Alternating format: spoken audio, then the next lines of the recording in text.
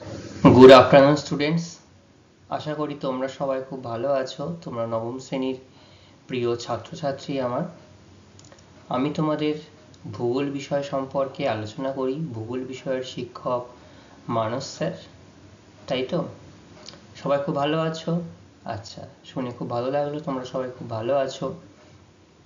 আজকে আমরা ভূগোল বিষয় সম্পর্কে আলোচনা করব, যেহেতু ভূগোল বিষয় নিয়ে আমরা আলোচনা করি বা আমি। তো এই নবম শ্রেণীর যে পঞ্চম অধ্যায়ের আমরা যে নির্দিষ্ট অধ্যায় সম্পর্কে আলোচনা করছিলাম বিগত বেশ কিছুদিন ধরে, সেই অধ্যায়টার নাম কি বলতো? সেই অধ্যায়টার নাম হচ্ছে আবহ বিকাশ।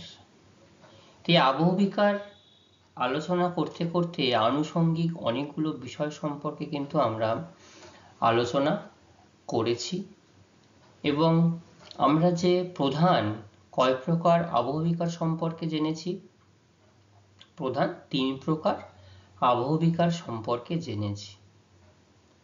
1 নম্বর হচ্ছে যান্ত্রিক আবহবিকার, 2 নম্বর বলো রাসায়নিক আবহবিকার, 3 নম্বর জৈবিক আবহবিকার। তাহলে এর মধ্যে থেকে আমরা কোন কোন আবহবিকার সম্পর্কে ইতিমধ্যেই আলোচনা সেরে ফেলেছি? আমরা দুটো আবহবিকার সম্পর্কে সম্পূর্ণভাবে আলোচনা করতে পেরেছি। একটা হচ্ছে যান্ত্রিক আবহবিকার, তার 4টি অংশ। রাসায়নিক আবহবিকার, তার 4টি অংশ আমরা আলোচনা করেছি। পূর্বের ক্লাসে আমরা কি আলোচনা করেছিলাম?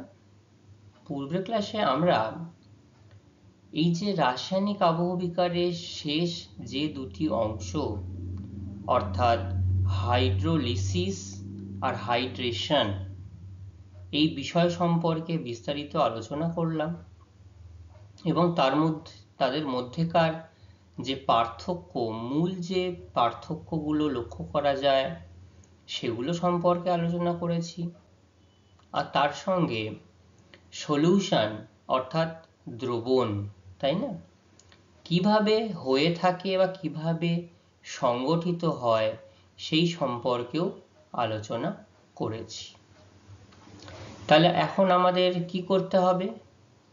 একদম ঠিক বলেছ, এখন আমরা প্রশ্নোত্তর পর্ব আলোচনা করব। ঠিক আছে? অর্থাৎ আমরা পূর্বের দিনের ঠিক যে দুটো অংশ সম্পর্কে আলোচনা করেছি, হাইড্রোলিসিস আর হাইড্রেশন অর্থাৎ জল যোজন, ঠিক আছে, এই জল যোজন আর হাইড্রোলিসিস, এই দুটো সম্পর্কে আমি তোমাদের থেকে একটু জেনে নেব তোমরা কে কতখানি ভালোভাবে এগুলো একটু জানতে পারছো বা বুঝতে পেরেছো। জিজ্ঞাসা করি তাহলে আমি তোমাদেরকে একটু। আচ্ছা, প্রথমে বলো জল যোজন কাকে বলবো আমরা? হ্যাঁ বলো। আচ্ছা, খুব ভালো হচ্ছে। তারপরে আচ্ছা, খুব ভালো বলেছে তোমাদের বন্ধু। যেটা কি, যে শিলা মধ্যস্থিত যে খনিজ থাকে, সেই খনিজের সঙ্গে যদি জল, অর্থাৎ জলের সংকেত কি H2O, H2O যদি যুক্ত হয়ে যায় তাহলে খনিজের বন্ধন কি হয়? আলগা হয়ে যায়। আলগা হয়ে গৌণ খনিজে পরিণত হয়ে যায়। তাহলে অর্থাৎ মূল যে শিলা, সেই শিলার থেকে গৌণ খনিজ অর্থাৎ আরো একটা খনিজ অংশ উৎপন্ন হচ্ছে এবং সেই স্থানেই পড়ে থাকছে, এবং কিছু কিছু ক্ষেত্রে এর ধর্ম কিছুটা পরিবর্তন হয়, সম্পূর্ণরূপে পরিবর্তন হতে দেখা যায় না।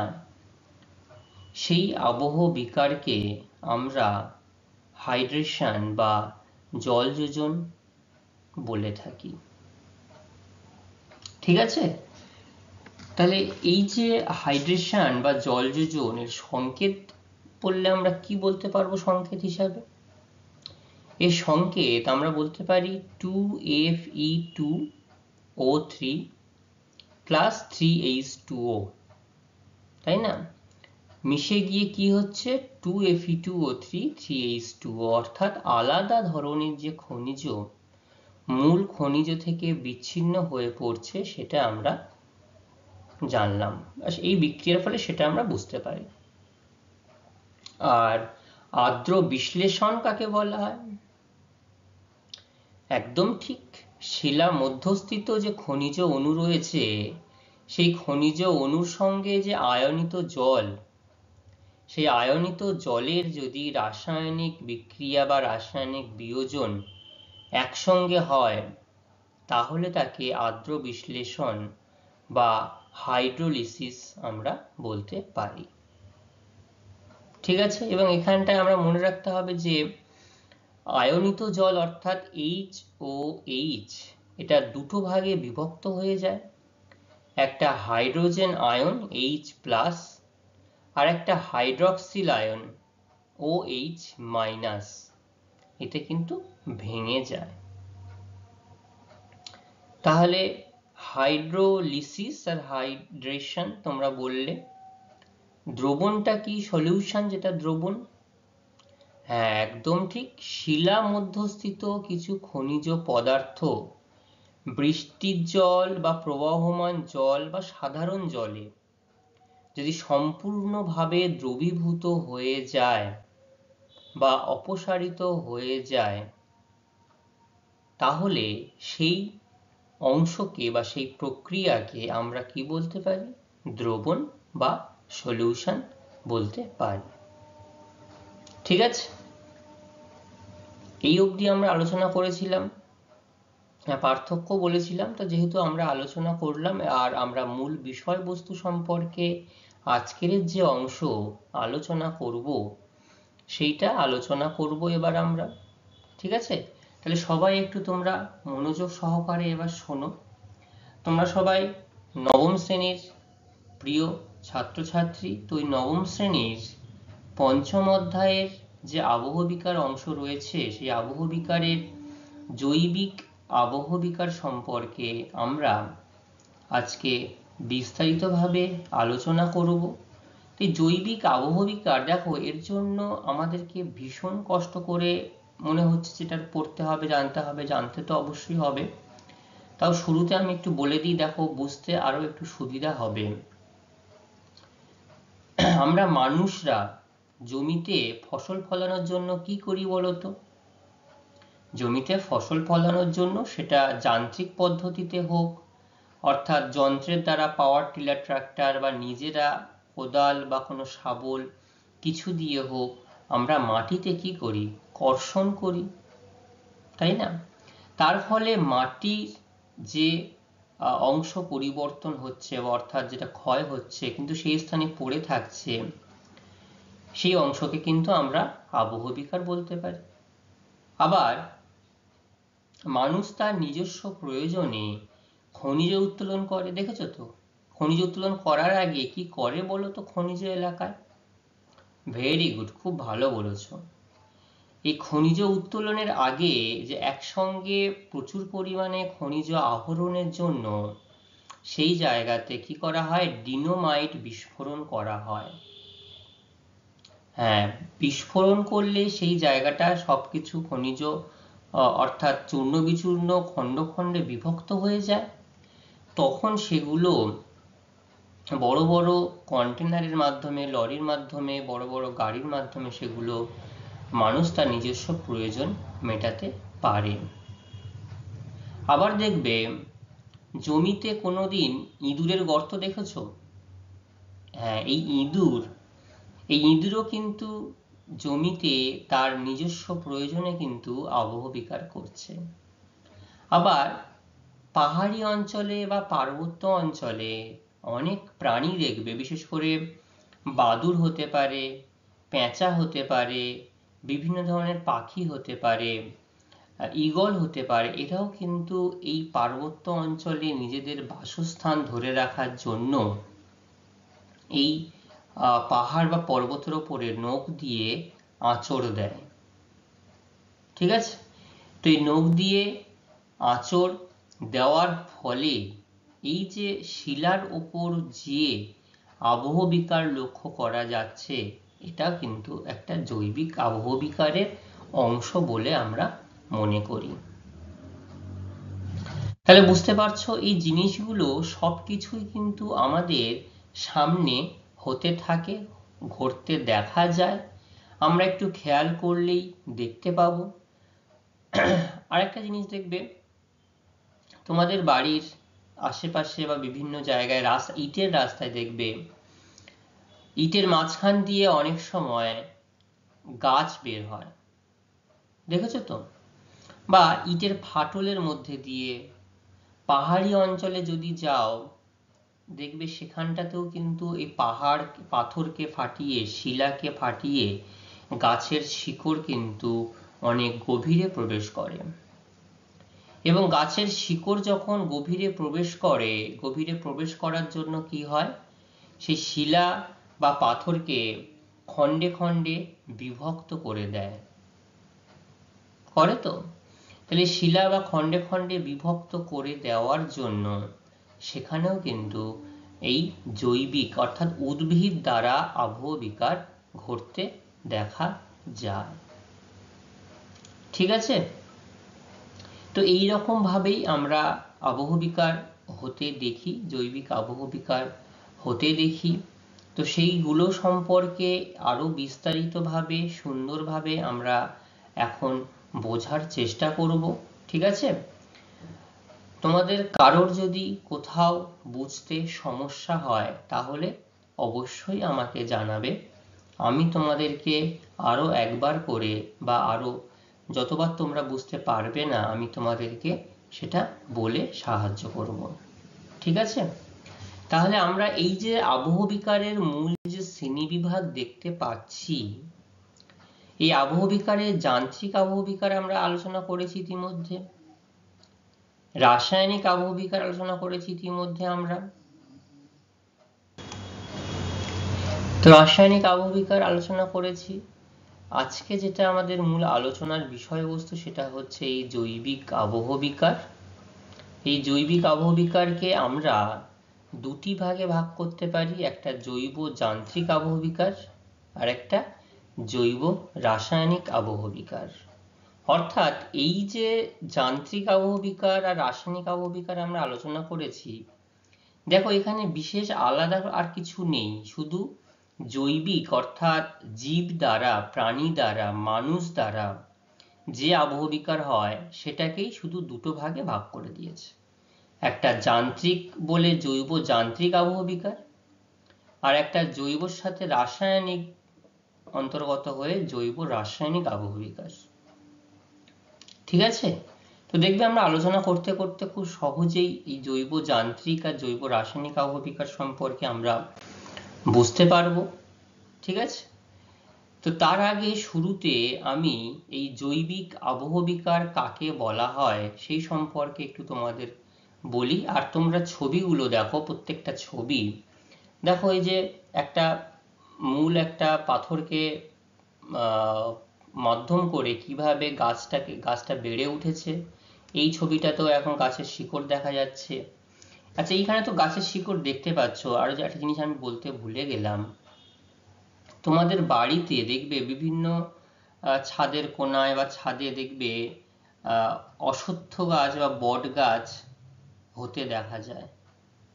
এটাও কিন্তু একটা আবহ বিকাশ, কারণ ওই জায়গাটাতে তোমার বাড়ির যে কংক্রিটটাকে ফাটিয়ে দিচ্ছে গাছের শিকড় দ্বারা, সেটাও কিন্তু একটা জৈব যান্ত্রিক আবহবিকারের অন্তর্গত হচ্ছে। ঠিক আছে? তো কাকে বলছে? যে প্রক্রিয়ায় উদ্ভিদ এবং মানুষ সহ প্রাণীদের নানাবিধ ক্রিয়াকলাপ, দেখো এখানে উদ্ভিদ দেখতে পাচ্ছি আমরা এই লাইনটাতে, এখানে দেখো ছোট ছোট শিয়াল, এখানে খরগোশ, পাখি, বা এখানটায় যে পাথরের ওপরে যখন উদ্ভিদের কোনো আস্তরণ পড়ে, শ্যাওলা জাতীয় উদ্ভিদের আস্তরণ পড়ে, এখানটাতেও দেখো বিভিন্ন কেঁচো, শামুক, এরাও যে মাটির মধ্যে বসবাস করে, তার ফলে শিলা চূর্ণ বিচূর্ণ বা বিয়োজিত হয়ে, সেই যে বিয়োজিত হওয়ার ফলে উৎপন্ন পদার্থ যদি উৎপত্তি স্থলেই অবস্থান করতে দেখা যায়, তাকে আমরা জৈবিক আবহ বিকার বলতে পারি। বোঝা গেল কি বললাম?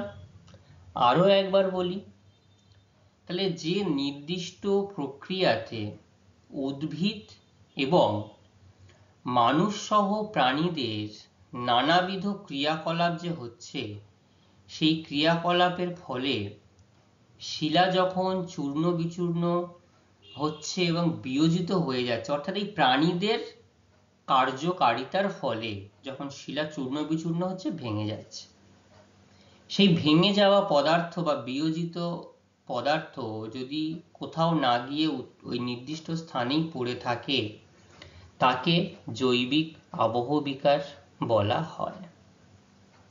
ঠিক আছে, কারণ আমরা আবহ বিকারের শুরু থেকেই জেনে আসছি যে উৎপন্ন বা ক্ষয়জাত পদার্থ কোথাও অপসারিত হয় না, এটা একটা স্থৈতিক প্রক্রিয়া, নির্দিষ্ট স্থানেই পড়ে থাকে।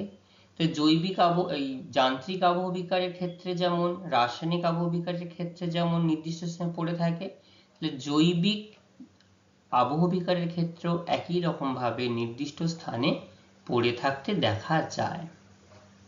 তাহলে ছবিগুলো দেখে তোমরা আরো খানিকটা ভালোভাবে অনুমান করতে পারছো কিভাবে উদ্ভিদ, মানুষ এবং এছাড়া বিভিন্ন প্রাণীদের নানাবিধ কার্যের ফলে এই জৈবিক আবহ বিকার ঘটতে দেখা যায়। ঠিক আছে, আচ্ছা, তো দেখো এই জৈবিক আবহ বিকারের কি কি প্রক্রিয়া রয়েছে, অর্থাৎ শ্রেণী বিভাগ। একটা হচ্ছে জৈব যান্ত্রিক আবহ বিকার, যেটাকে আমরা যদি ইংলিশে বলা হয় বায়োমেকানিক্যাল ওয়েদারিং। আর একটা হচ্ছে জৈব রাসায়নিক আবহ বিকার, বায়োকেমিক্যাল ওয়েদারিং। তাহলে একটা যান্ত্রিক ভাবে হচ্ছে, মানুষের এই জীব বা প্রাণী মানুষের দ্বারাই যান্ত্রিক ভাবে হচ্ছে।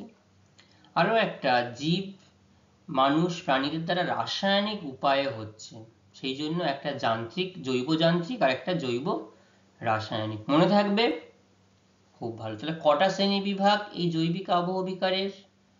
দুটি। কি কি? জৈব যান্ত্রিক আবহ বিকার আর জৈব রাসায়নিক আবহ বিকার। খুব ভালো। জৈব যান্ত্রিক আবহ বিকার কাকে বলা হয়, কাকে বলবো? দেখো, আমরা ইতিমধ্যে জৈবিক আবহ বিকার কাকে বলে জেনেছি, তো যান্ত্রিক, শুধু এখানে যান্ত্রিকটা যোগ করা হচ্ছে। তাহলে বিভিন্ন জৈবিক আবহ বিকার প্রাণী ও উদ্ভিদ দ্বারা যখন যান্ত্রিকভাবে শিলা চূর্ণ বিচূর্ণ হয়ে যাচ্ছে, ঠিক আছে, এখানে সেই জন্য বলা হচ্ছে যান্ত্রিকভাবে প্রাণী ও উদ্ভিদ দ্বারা শিলা চূর্ণ বিচূর্ণ এবং নতুন পদার্থ উৎপন্ন হচ্ছে এবং সেই উৎপত্তি স্থলেই অবস্থান করছে, তাকে আমরা জৈব যান্ত্রিক আবহ বিকার বলবো। দেখো, এই যে পাথরখণ্ডের সঙ্গে গাছটা কিভাবে তার শিকড় আষ্টে পৃষ্ঠে জড়িয়ে রেখেছে, তাহলে একটা সময় এই পাথরকে দেখো ফাটিয়ে দিচ্ছে, তাহলে ফাটালে চিপ ধরলে পাথরখণ্ড এক সময় নির্দিষ্ট স্থানে পড়ে থাকবে। দেখো এখানটায়, দেখো এটাতেও, দেখো এই ছবিটাতে পাথরখণ্ড দেখো চারিদিকে ছড়িয়ে ছিটিয়ে পড়ে রয়েছে। তাহলে এটা এই উদ্ভিদ দ্বারা হতে পারে, প্রাণী দ্বারা হতে পারে, আবার মানুষের দ্বারাও হতে পারে।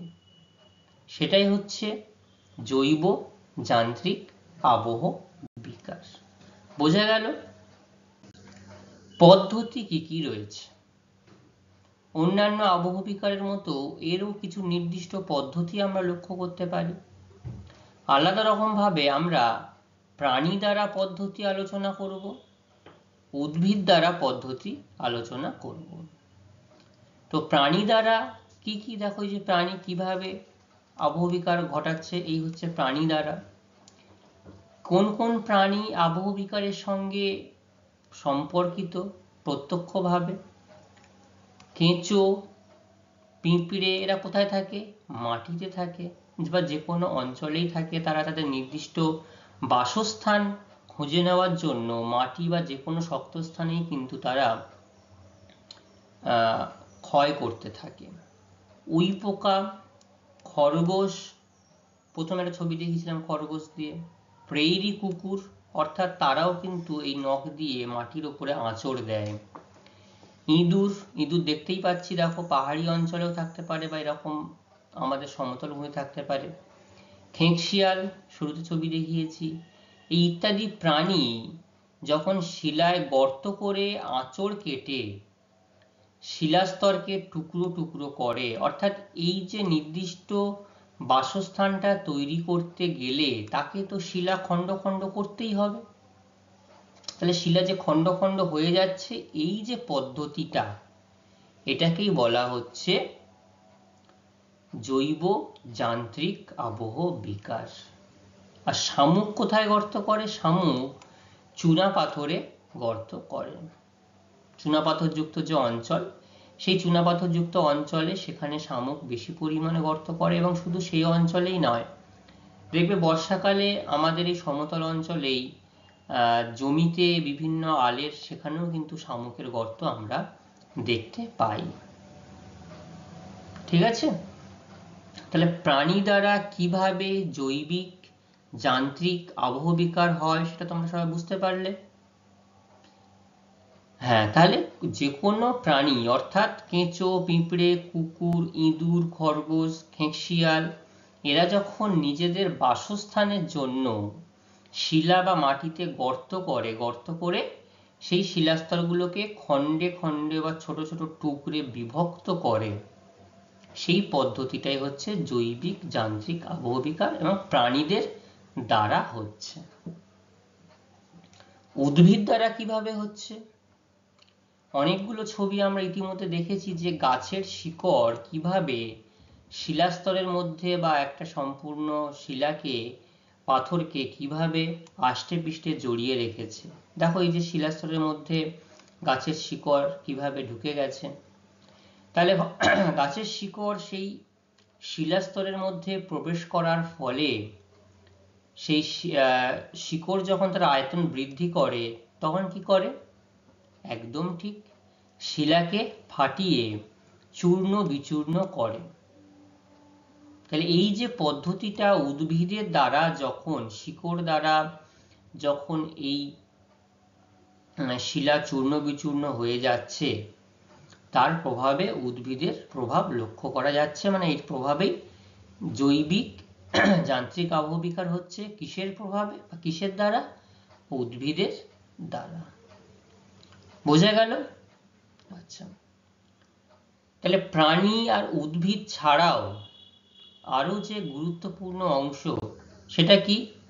মানুষের দ্বারা। মানুষের দ্বারা আবহবিকার কিন্তু ব্যাপক পরিমাণে লক্ষ্য করা যায়। সেটা কিভাবে? মানুষ প্রত্যক্ষভাবে খুব কম অঞ্চলে শিলার আবহবিকার ঘটায়, কিন্তু আবার কয়েক মুহূর্তেই শিলার অতি দ্রুত পরিবর্তন ঘটায়। বলতো মানুষ খুব অতি দ্রুত কিভাবে শিলার পরিবর্তন ঘটাতে পারে?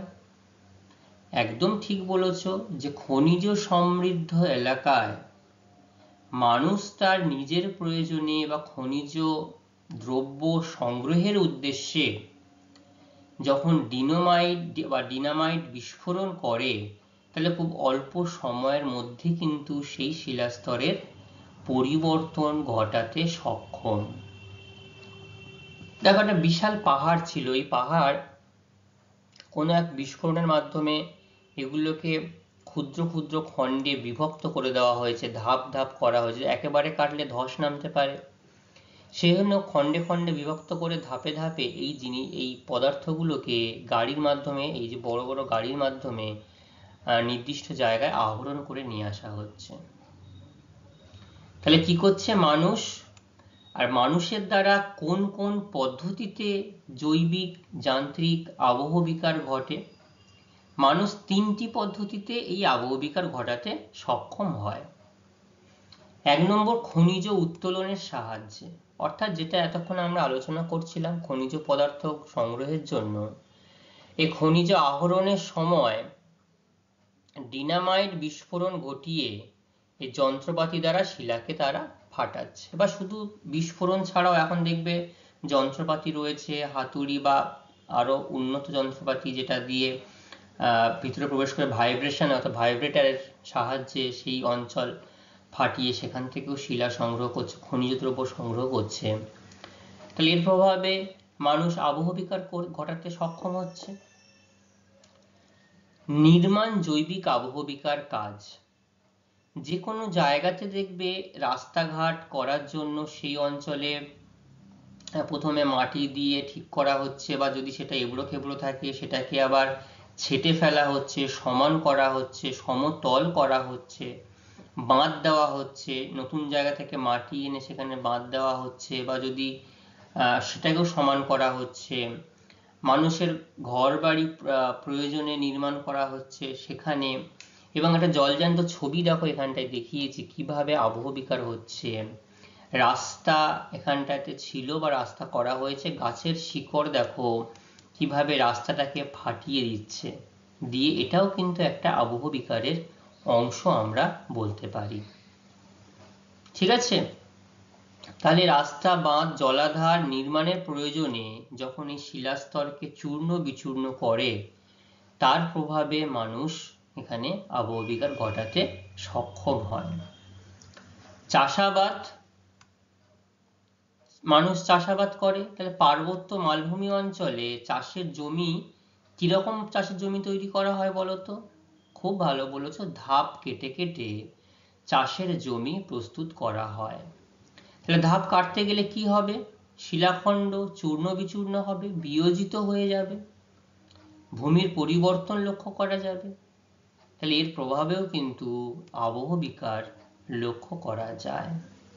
তাহলে যেখানেই মানুষ বা প্রাণী বা উদ্ভিদ নিজ নিজ প্রয়োজনে যখন শিলাস্তরকে চূর্ণ বিচূর্ণ করে এবং বিভিন্ন খণ্ডে বিভক্ত করে ফেলে, তা এর প্রভাবে কিন্তু এই জৈব যান্ত্রিক আবহবিকার হতে দেখা যায়। বোঝা গেল সবার? তাহলে এতক্ষণ আমরা কি আলোচনা করলাম? জৈব যান্ত্রিক আবহবিকার প্রাণীদের দ্বারা কিভাবে হচ্ছে, উদ্ভিদের দ্বারা কিভাবে হচ্ছে, আর মানুষের দ্বারা কিভাবে হচ্ছে। আর মানুষ কি কি পদ্ধতিতে করে আবহবিকার? 3টি পদ্ধতি: খনিজ উত্তোলন, নির্মাণ কাজের জন্য, আর চাষাবাদ। দেখো এই চাষাবাদ করছে, পাহাড়ি অঞ্চলে ধাপ কাটতে হচ্ছে, সেখানেও শিলাস্তর চূর্ণ বিচূর্ণ হচ্ছে। ঠিক আছে, তাহলে এবার আমরা কি আলোচনা করব? একদম ঠিক, জৈব রাসায়নিক আবহবিকার। দেখো এই জৈব রাসায়নিক আবহবিকার এটা কিভাবে হচ্ছে? বিভিন্ন প্রাণী এবং উদ্ভিদের মৃতদেহ যখন পচে উৎপন্ন অম্ল দ্বারা, অর্থাৎ একটা জীবজন্তু যখন পচে যায় দেখবে তার থেকে শরীর থেকে রস নির্গত হয়, সেই মৃতদেহর সেই অম্ল দ্বারা রাসায়নিকভাবে শিলা কি হচ্ছে? বিয়োজিত হচ্ছে। বিয়োজিত হওয়ার ফলে উৎপন্ন পদার্থ উৎপত্তি স্থলেই কিন্তু অবস্থান করতে দেখা যায়। এই পদ্ধতিটাকে আমরা কি বলছি? জৈব রাসায়নিক আবহবিকার বলছি। দেখো এই যে অংশগুলো, এগুলো উদ্ভিদের বিভিন্ন শ্যাওলা জাতীয় হতে পারে, এবং বিভিন্ন প্রাণী তাদের মৃতদেহের রস এইভাবে শিলাস্তরের উপরে শুকিয়ে কিন্তু এই ধরনের জৈবিক রাসায়নিক আবহবিকার ঘটতে দেখা যায়। তাহলে কি ভাবে হচ্ছে?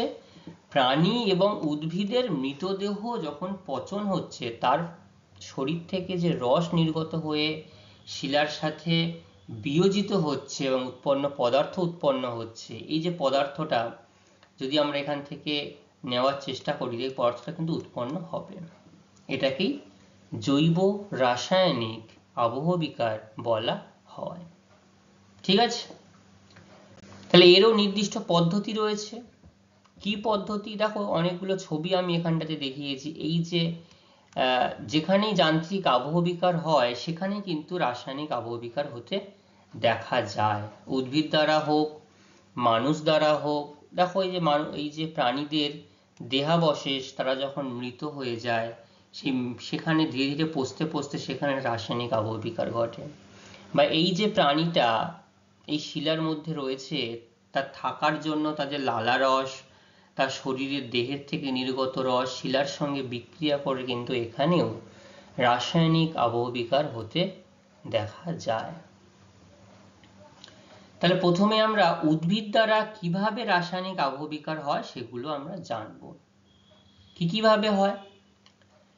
আর্দ্র জলবায়ু অঞ্চলে, অর্থাৎ যেখানে বৃষ্টিপাতের পরিমাণটা বেশি। দেখবে যখন আমাদের এখানে বৃষ্টি কাল বর্ষাকাল আসে, গাছের তলায় যখন গাছের পাতা জমতে থাকে বা জমে যায় বসন্তকালে ঝরা পাতা, এই বৃষ্টির জলের সঙ্গে যখন এগুলো থাকে, যখন পচে পচে একটা হিউমাসে পরিণত হয়ে যায়, যেটাকে আমরা জৈব সার বলি। এটাও কিন্তু এক প্রকার জৈবিক রাসায়নিক আবহবিকার উদ্ভিদ নিরন্তর করে চলেছে। ঠিক আছে, দেখো কিভাবে হচ্ছে।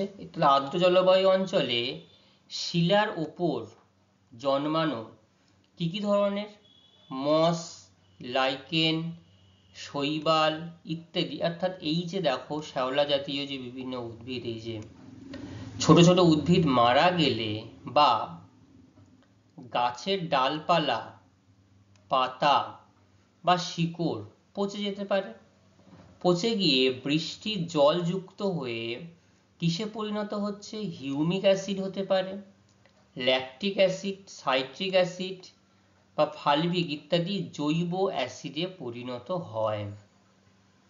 তাহলে এই যে অ্যাসিড অর্থাৎ অম্ল, ম্যাগনেসিয়াম, ফেলসপার এবং সালফেট যৌগ, মানে এই যে সালফার যৌগ যে বিভিন্ন শিলা রয়েছে তাদের সঙ্গে বিক্রিয়া করে রাসায়নিক আবহবিকার ঘটাতে পারে বা ঘটায়। এইরকম ভাবে উদ্ভিদ নির্দিষ্টভাবে নির্দিষ্ট অঞ্চলে, কোথায় বললাম? আর্দ্র জলবায়ু অঞ্চলে, ঠিক আছে, সেইখানে এই জৈব রাসায়নিক আবহবিকার ঘটতে দেখা যায়। তাহলে মস, লাইকেন, শৈবাল জাতীয় যে উদ্ভিদ সেগুলো যখন শিলার উপরে তাদের মরে যাচ্ছে, বা গাছের ডালপালা, পাতা, শিকড় এগুলোও যখন পচে যাচ্ছে, পচে গিয়ে কি হচ্ছে? বৃষ্টির জলের সাথে মিশে গিয়ে humic acid, citric acid, lactic অ্যাসিডে পরিণত হচ্ছে। হওয়ার ফলে কোন শিলার সঙ্গে এটা কাজ রাসায়নিক আবহবিকার হচ্ছে? ম্যাগনেসিয়াম, ফেলসপার, সালফার এই ধরনের শিলায় রাসায়নিক আবহবিকার ঘটতে দেখা যাচ্ছে। তাহলে এটা কি আলোচনা করলাম? উদ্ভিদ দ্বারা জৈবিক রাসায়নিক আবহবিকার। প্রাণীদের দ্বারা কিভাবে হচ্ছে দেখি একটু। প্রাণীদের দ্বারা উষ্ণ ও আর্দ্র অঞ্চলে প্রাণীর মৃত দেহাবশেষ বা মল মূত্র পচে গিয়ে যে সৃষ্ট জৈব অম্লশিলার উপরে কি করছে? বিয়োজন হচ্ছে। এইভাবে জৈব রাসায়নিক আবহবিকার হচ্ছে প্রাণীদের দ্বারা। তাহলে কিভাবে? প্রাণীর দেহাবশেষ অর্থাৎ তাদের মরে গেলে মল মূত্র পচে গিয়ে সেখানে শিলার বিয়োজন হতে দেখা যায়, অর্থাৎ এই যে ছবিগুলো আমি দেখালাম, এই যে ছবি, এই যে ছবি। আর শিলায় বসবাসকারী বিভিন্ন কীট ও জীবাণুর দেহ নিঃসৃত রস ও বিষ্ঠা, তার মানে তাদের মল, শিলার রাসায়নিক আবহবিকার ঘটায়। অর্থাৎ এই যে প্রাণীটা বললাম তাদের রস, তাদের নিঃসৃত লালা রস, তাদের জৈবিক রস, সেগুলো কিন্তু শিলার ওপরে রাসায়নিক আবহবিকার ঘটাতে পারে। ঠিক আছে, তাহলে উদ্ভিদ দ্বারা হলো, প্রাণী দ্বারা হলো, লাস্ট অংশ হচ্ছে মানুষ দ্বারা। মানুষও জৈবিক রাসায়নিক আবহবিকার ঘটায়। কিভাবে করে? মানুষের মৃত দেহাবশেষ, মলমূত্র, বর্জ্যদ্রব্য পচে গিয়ে এই সৃষ্ট জৈব অম্ল দূষণের ফলে, অ্যাসিড বৃষ্টির ফলে এই শিলার বিয়োজন ঘটায়। তাহলে এখানে মানুষের কোন অংশগুলো কাজ করছে? মৃত দেহাবশেষ, মলমূত্র এবং বিভিন্ন বজ্রদ্রব্য, মানুষের দ্বারা বিভিন্ন বজ্রদ্রব্য যখন পচে যাচ্ছে তার ফলে যে দূষিত বা অ্যাসিড হচ্ছে সেটা বিয়োজন ঘটিয়ে এই জৈবিক রাসায়নিক আবহবিকার ঘটাতে সাহায্য করে। তাহলে বোঝা গেল জৈবিক যান্ত্রিক আবহবিকারের ক্ষেত্রেও যেমন উদ্ভিদ, প্রাণী, মানুষ কার্যকরী ভূমিকা পালন করে, আবার জৈবিক রাসায়নিক আবহবিকারের ক্ষেত্রেও কিন্তু একই রকম ভাবে কারা কার্যকরী ভূমিকা পালন করছে? ভেরি গুড, উদ্ভিদ দ্বারা, প্রাণী দ্বারা, মানুষ দ্বারা কার্যকরী এই আবহবিকার লক্ষ্য করা যায়। ঠিক আছে, তাহলে এতক্ষণ আমরা যা আলোচনা করলাম সবাই বুঝতে পেরেছো? খুব ভালো। আজকে আমরা যে যে বিষয় সম্পর্কে আলোচনা করলাম, অর্থাৎ মূল আলোচনা জৈবিক আবহবিকার। এই জৈবিক আবহবিকারের দুটো পদ্ধতি, দুটো প্রক্রিয়া, একটা জৈবিক যান্ত্রিক আবহবিকার আর একটা জৈবিক রাসায়নিক আবহবিকার। তাহলে আর এই জৈবিক যান্ত্রিক আবহবিকার কাদের দ্বারা ঘটে, অর্থাৎ উদ্ভিদ, প্রাণী, মানুষ। আর জৈবিক যান্ত্রিক রাসায়নিক আবহবিকার একই রকম ভাবে মানুষ, প্রাণী, উদ্ভিদ দ্বারা কিভাবে ঘটে সেগুলো আমরা সম্পূর্ণ আলোচনা করলাম। আলোচনা করবার পরে এই গুরুত্বপূর্ণ প্রশ্নগুলো আমি তোমাদের সঙ্গে শেয়ার করছি। এই প্রশ্নগুলো তোমরা খুব ভালোভাবে একটু নোট ডাউন করে নাও। পরবর্তী ক্লাসে কি করব, এই প্রশ্নগুলোকে নিয়ে একটু প্রশ্নোত্তর পর্ব আলোচনা আমরা করে নেব। ঠিক আছে, তাহলে সবাই প্রশ্নগুলো নোট ডাউন করে নাও। কারোর কি কোনো প্রশ্ন বুঝতে অসুবিধা হচ্ছে যে এই নির্দিষ্ট প্রশ্নটার কি উত্তর পড়তে হবে, জানতে হবে, লিখতে হবে? আচ্ছা, আর বারবার যেটা বলে থাকি, খুব ভালো প্রশ্ন করেছো, পারলে ছবি কিন্তু তোমাদের অবশ্যই দিতে হবে। কারণ এই ভূগোল বিষয় আর জীবন বিজ্ঞান বিষয় এমন দুটি বিষয়, মানে আমরা যদি ছবি দিয়ে খুব ভালোভাবে বুঝিয়ে দিই তাহলেই কিন্তু মাস্টারমশাইরা খুব ভালো তারা মনে করে। ঠিক আছে,